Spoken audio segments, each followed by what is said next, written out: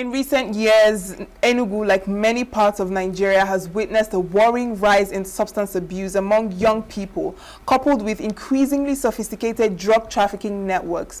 Now, the National Drug Law Enforcement Agency has stepped up both enforcement and rehabilitation efforts, but concerns are still there about the evolving nature of narcotics crime.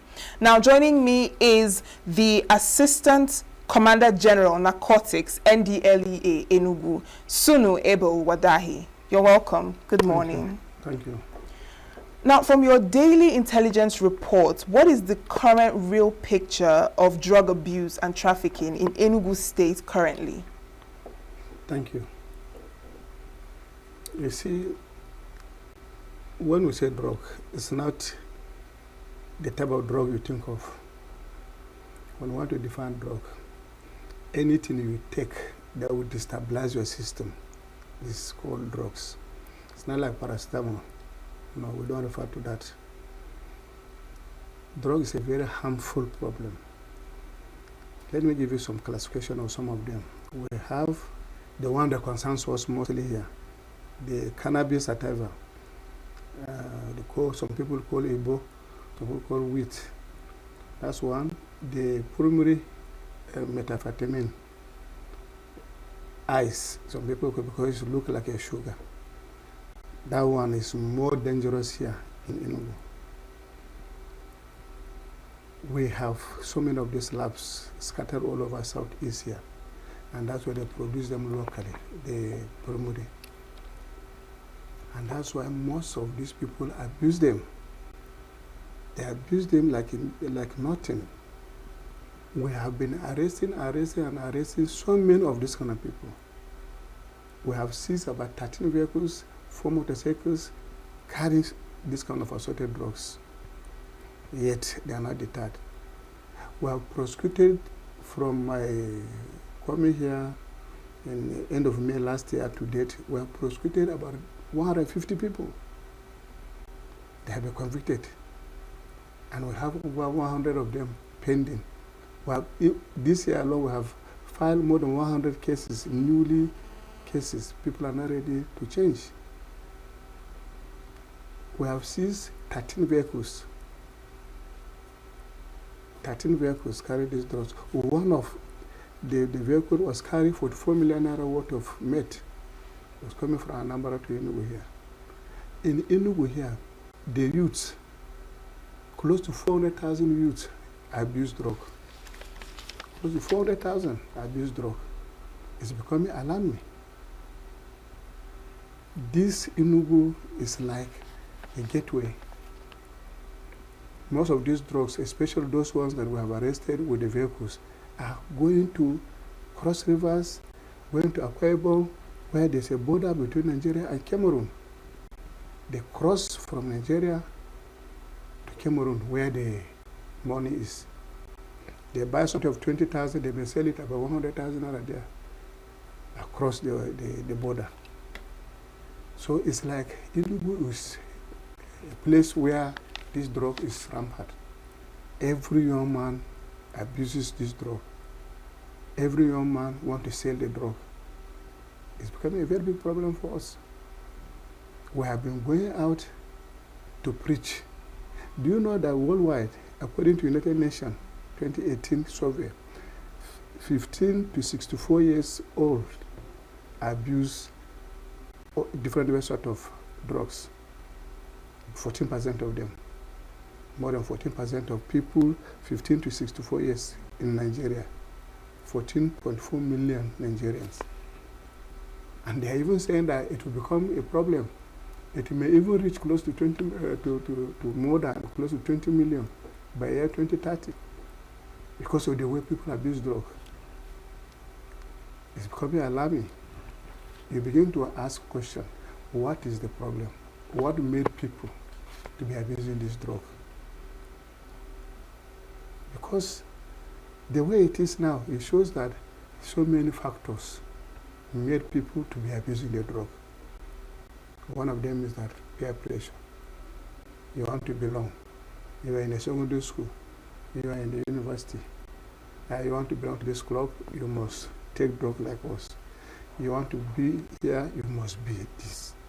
And people now, innocent people who come to university without any thinking about any drug. But mixing with this kind of bad eggs, they start abusing. I don't know if you can still remember what we call NFS in universities. It was this. Then they were in the university, they drop out, and then they started peddling drugs within the campus. We have been arresting so many of them in the campuses here. You have dropped out, you are not trying to spoil other kids. And then some of the cult people too, they will force you to become a cult member like them. And by the time they now give you this kind of concoction, you are not yourself again. So it's probably another thing. Do you know that out of every 4 people that abuse drugs in Nigeria, 1 is a woman? 4 people, 1 is a woman. Out of 5 people that abuse drugs in Nigeria, 1 uses syringe to inject, and another one is another dangerous one. If I inject myself, give you the syringe to inject yourself, I don't know the disease that you have. There's tendency that you may even contact my kind of disease. And out of 7 Nigerians, 1 abuse drug. That is, I said, I'm not the one that created it. That is what the United Nations said. So we are always afraid. But let us just give a caveat to Enugu here, just like I told you, close to 400,000 youths. If you go to our offices in Enugu, we have area commands. We have 5 area commands here. They are always having issues of going to schools, to communities, to churches, preaching that people should not go into this drug. It is a danger. If you start it, you may not end up well. And if you think you can end up well, so be it. Maybe you may be lucky, but it's a matter of time. So we have been carrying the gospel around the state, around the state here. Can you imagine, from my resumption last year to date, we have visited about 200 different places, motor parks, churches, schools, different places, especially schools. We have a MOU with the Commissioner of Education, who now gave us from 1 o'clock to 1 hour daily in any of the schools we wanted to go and visit. And we have been doing that. Over 200 of these kind of outings. And more than 300,000 people has benefited from that. Apart from that one too, they will have online that if you are abusing this drug and you want to get out of it, you can quietly go and call the line. Okay, but before we get to that, in terms of this trafficking, and you've mentioned about the users, but what about the trafficking networks? How sophisticated would you say that drug dealers, operating in Enugu have become? What are we dealing with exactly? Yeah, you are right. They are more than sophisticated. Sophisticated in the sense that you know how they do the business, especially this cocaine, heroin, and all these class A drugs. It's something that you just put inside your pocket. All these class A drugs, it is the cannabis that's very rampant because it is bulky. It's in bags, you can see. But all these clandestine laboratories, all these drugs produced in clandestine laboratories, the name clandestine, is secret. Because it's common here in Southeast, not only in Enugu. We have sealed 2 of these houses here because of the drugs, producing this cannabis methamphetamine. And primary, I be ice. I don't know, is it primary or ice? Yes. So it's secret, even from the name, clandestine laboratory, it means secret lab. They will not allow people to know it, and they are dangerous. If they know you, they will kill you. If they know somebody that will not give us information about that, they will kill the person. So it's something that you just put inside your pocket, pinches. You can even, like a powder or something you can count. Very tiny. So it's even enough for our eagle eyes. It's very difficult for us to even arrest most of these people. So we work with informants, people that believe that what is happening is not supposed to be. We pay informants too, heavily, because we have to remove this kind of dangerous people from the society. So the business is secret, is clandestine, just like it's a clandestine laboratory. It is not open. You hardly see somebody, okay, go to Asata now. You're talking about Enugu, go to Asata or Were Road. You see these small boys with this bag. By the time they say in there, they will just start running. They know their customers. The moment that person stops, they say, this is my customer, they will just rush to him. Okay, how many pinch, how many gram? But that's how it is. Because a gram now costs more than 10,000 naira. A gram, and it's just small something. They begin to wonder, what is this? So it's so sophisticated that it's not easy for us to even know. But our eagle eyes. Yes, but is it mostly, are we dealing mostly with local peddlers, like the boys you're talking about, or are we dealing with internationally syndicated operations the local as well? peddlers are hawkers. So understand, they are barons. They know the difference between a baron and a peddler or hawker. A baron is the one that has the bulk, and they be giving out small to the traffickers. People will be selling. I don't know, have you heard of how they ingest something into the system? A baron is somebody that, yes, a big man. Before you reach him, there are middlemen in between him. This middleman will employ the service of this person. Another middleman will employ the service of this person. By the time you arrest the hawker will not even know who is his boss. He hardly know it. You understand what I'm saying? So that is the barons. And the barons, it's not easy for us to arrest the barons. Okay, like some of these drugs that's coming to Enugu now, these are grade A drugs. Most of the barons are in Anambra there.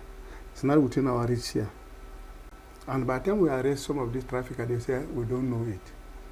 Just like if they ingest it, you know what is called ingesting? You swallow it. They will tell you that they took me to a hotel. I don't know the name of the hotel. I don't know the person. They tell my face. They say I should swallow it. And they are at the airport. By the time they arrest them, going out, they will not say, I don't know who gave me something. But they say, if I reach where I'm going, they're paying me this.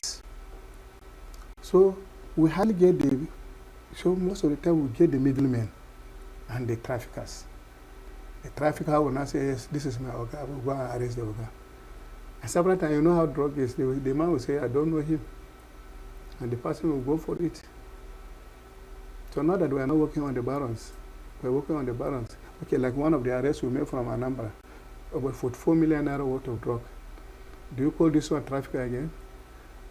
He's not a hawker. This one is a middleman. He may even be the baron. But he will tell you that he bought it too. But the person that manufactured it. You can see what I'm saying now. Exactly. So these are the kind of things we do. So we are not sleeping. Okay, there's one other one that he has about 13 million naira drug too. They are all in our custody here. Now so you've mentioned class A drugs or grade A drugs. So I want to understand that there are classes of these there are drugs. Classes of drugs. There's so grade A and grade B drug. Now, grade A drug is methamphetamine. It's grade A drug. Cocaine is grade A drug. And then heroin. Have you heard of heroin before? These are grade A drugs. But cannabis, we don't see it as grade A drugs. We see it grade B drugs. What makes them grade because A? You can manufacture you can plant cannabis anywhere. You can plant it anywhere, and can you plant? Do you even have the plant from cocoa? The plant cannot be planted in Nigeria here. Okay, the primary we talk about is a derivative. The precursor chemical for primary is ephedrine, and ephedrine is meant for what? Is for cough syrups, cough medicine. They put small inside most of the tablet you take for cough, or this is part of it. And that is why we ban codeine. Can you see cough syrup with codeine again? Do you know why? because the codeine that is inside is making people to become high. When they become high, they go into crime. Let me give you an example of this kind of codeine drugs. Go to University of Maiduguri today. By the time they were able to buy it at the gate of the university, because they cannot go into the university, they will just finish the whole bottle and throw it. Don't forget, pharmacists say, if you are taking this kind of something, don't drive, because it will make you, it will induce you sleep. You can imagine a bottle, one person will just take it and throw it. You can imagine the impact on him, how high he would be. And these are the things the federal government say, no, we cannot. We cannot. And that is why even my own organization, you know, my chairman is a very, very intelligent person. All these things, stage by stage, he was pushing until we are there now. There's what is called integrity test. Do you know the integrity test? It's a small machine that you could put your urine inside. It will dictate about 15 types of drugs. It is this chairman that brought all this. We don't know it before. I've worked in this NDL for over 30 years. And look at where we are. He thought over it. He said, how do we help the family? Save our family. He initiated it. Now, this integrity test, by the time you put your urine there, it will tell us, okay, you are busy cocaine, you are busy tramadol, you are busy, all these kind of drugs will be there. And they will know it. Our recruitment, we don't ask too many questions, no. If first pass this integrity test. Put your urine there. Let's know if we are, because we cannot employ somebody that is abusing the drug. Okay, by the time you come in, then you are going to sell it. If you see it, you are going to take it and sell it. Okay. Now, since we are talking about these drugs, yes, how would you say that the drug landscape has evolved? You know, apart from cannabis, sativa that you've mentioned, codeine and methamphetamine and the likes, are we seeing newer forms of drugs, more synthetic or, you know, substances that are entering the drug market now? Yeah. You know, I told you about cannabis. That is very common. We have seen tons and tons of cannabis here. Of recent, we destroy about 37 tons of cannabis on 50 hectares of land in Ete, Enugu. It was not local government, eh? That's the local government. 50 hectares or about 37 tons on it. We arrested about 6 people on that farm. That is for the cannabis. In Soka there too, about 1.6 acres of land. We've arrested a person on the farm too. Now the new drugs, there's a concoction, colors. I don't even know about it. Loud. All this kind of drugs. These are derivative of the cannabis itself, mixed with other concoction. And by the time you take this kind of concoction, you are standing and you are sleeping. You will not be able to move. You stand, flavor will be coming from your mouth, you bend, you don't know where you are. So you can see, we don't have this kind of drugs before. In the north, what we know about this kind of drug is people are busy. Do you know this lizard sheet? Lizard sheet. There's one small white something attached to lizard sheet. They will be removing that. And then they will gather it and grind it and be smoking it. That one will make them high too. Now, there's another one too, gutter. This dirty gutter, after the rain has gone, 2-3 days, they swap that debris. They grind it and smoke too. What properties do they have that? They want to become high. Okay, have you heard of that one too, that you just carry you bend yourself into the pit latrine, the vapor will come out or close your eye, you don't become high because you have sniffed it. Like this colors is a new one. Okay, have you heard of now, they are now exhuming dead bodies' bones. They remove these bones, grind them, and mix with the concoction, and they get high. So these are new drugs. Have you heard of these colors before? Have you heard of this cloud before? They are always coming, new things are coming. By the time, okay, cocaine was rampant before, heroin. They are not rampant again. Do you know why? People cannot afford it. They are looking for a cheaper way of getting high. Cheaper way of smoke. Okay, like cannabis now. Can they allow? If you are smoking it, the smell is not like the normal cannabis, you know. The smell is somehow, so automatically people will not know that this is cannabis. All right, let's move away from drugs. Now, many people, have this idea that NDLEA only arrests and don't really focus more on rehabilitation. So what is your response to that? Yeah, we don't, NDLEA work is of two types. There's what is called drug demand reduction, drug supply reduction. There are two different things. The drug supply reduction is we're arresting, that's what we're saying. We're arresting and prosecuting people so that seize their property if possible, so that you frighten them. By frightening them means that they may not come back to be selling these things.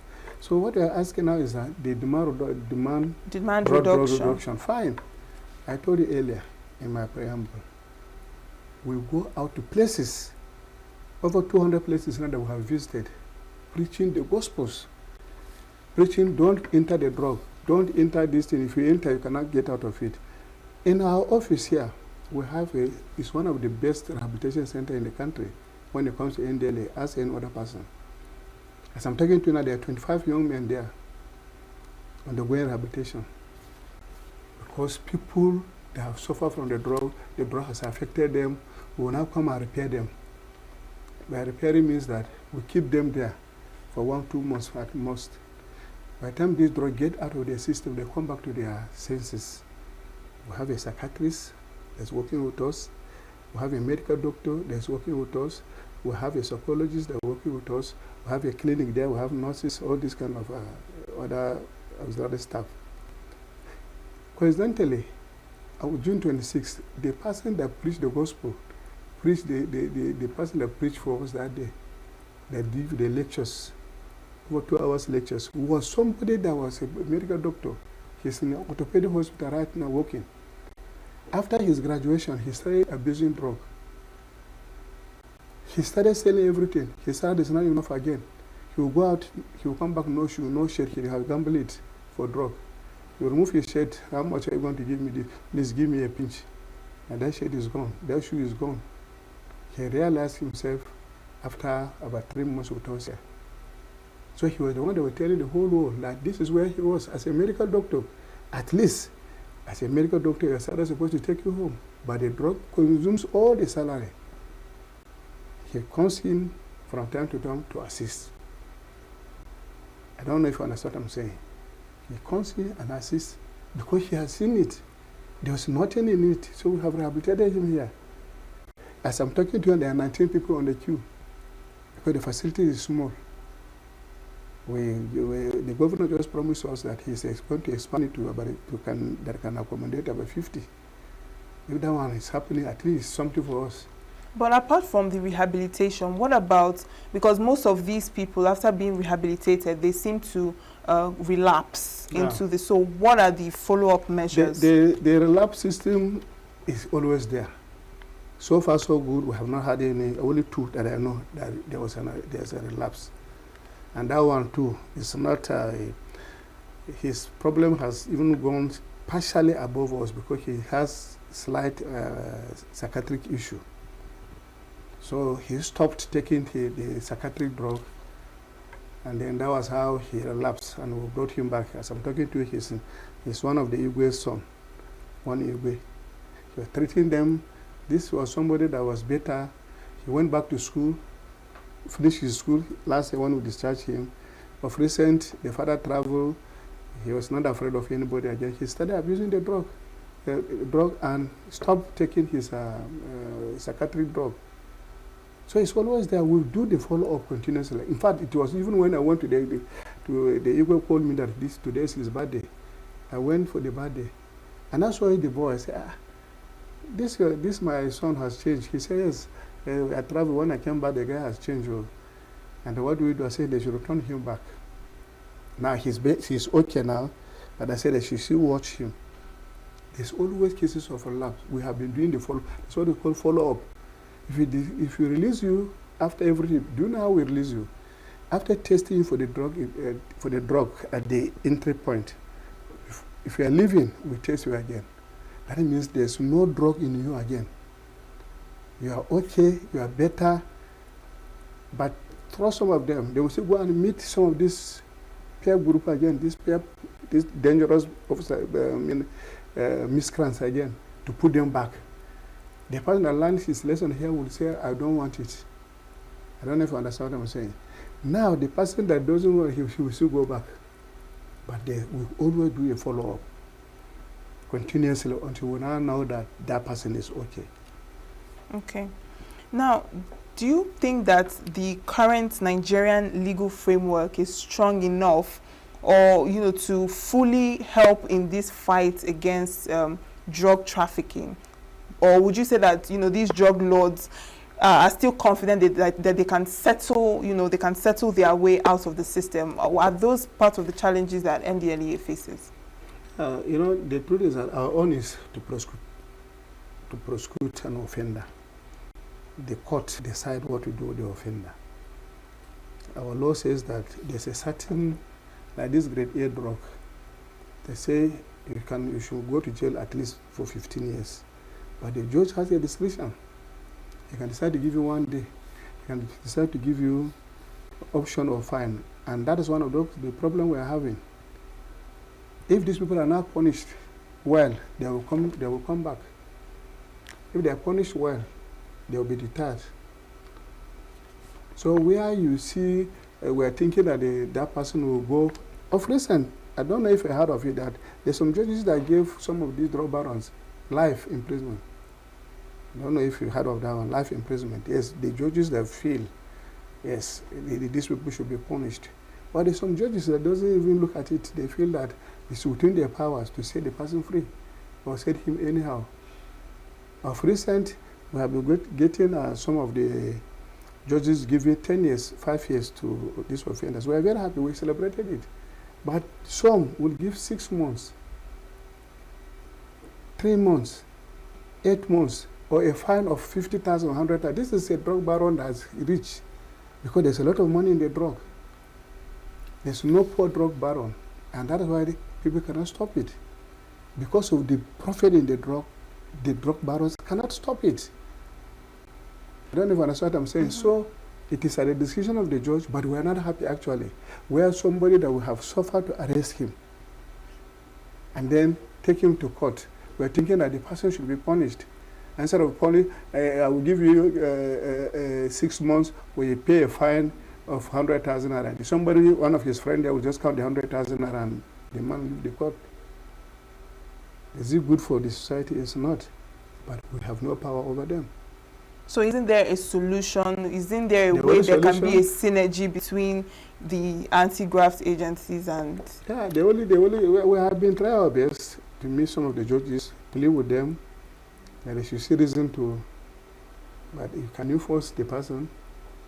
You cannot force the person to say, yes, I will do this. But I know that my chairman, we are under the Ministry of Justice. We are under the Ministry of Justice, and I know any of our fashion, the Ministry of Justice is always in the forefront. All right, just quickly before we go, there is this belief that Nigeria is still reactive and not proactive or preventive to this drug policy. What would you respond to that? In which way is Nigeria reactive? When you say reactive, it's like an afterthought. You know what we are saying? Yes. When you say proactive, we are proactive. NDLEA work is proactive work. Do you understand? Do you know that I have known so many of these black spots here? Did anybody call us before that? We'll go there, look for the information about these drugs. Like today now, down here, your chairman told us about one tunnel around the area. We will go there and check what is it true that these drug barons gather around the area? Yes, we'll do our findings.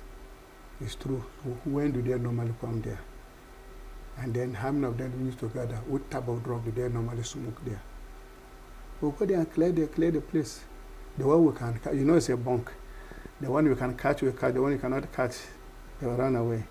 And our own is that the community should be free, because they should not be afraid. If you pass through that place, especially you as a woman now, all God knows what will happen to you. They rape women, they collect their phones, It's nothing they don't do, especially woman is, they feel that woman is. So we are always proactive. We cannot, when you say reactive, something has happened before this. No. All right, so what can we do as a community and as a people to help with this, to reduce the demand and supply of these illicit drugs? The community must wake up. The community must wake up. If you are keeping this kind of people within your community and you are not giving us information, it's not going to be a problem for the community. Almost all the programs that I attend, I give my number, my personal number.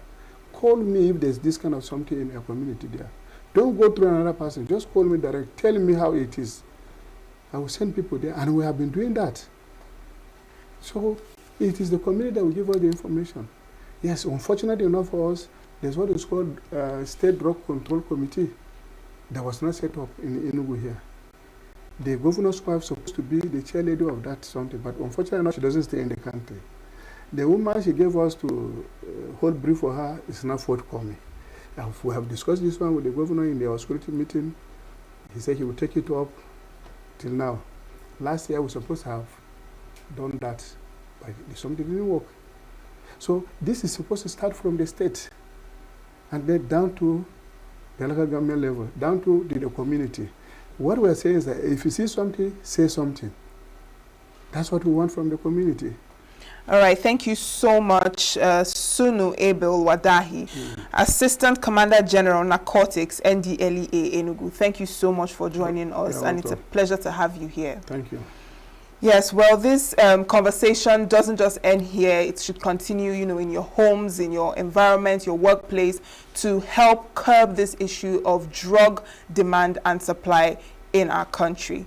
The morning show will be back in a moment. Do stay with us.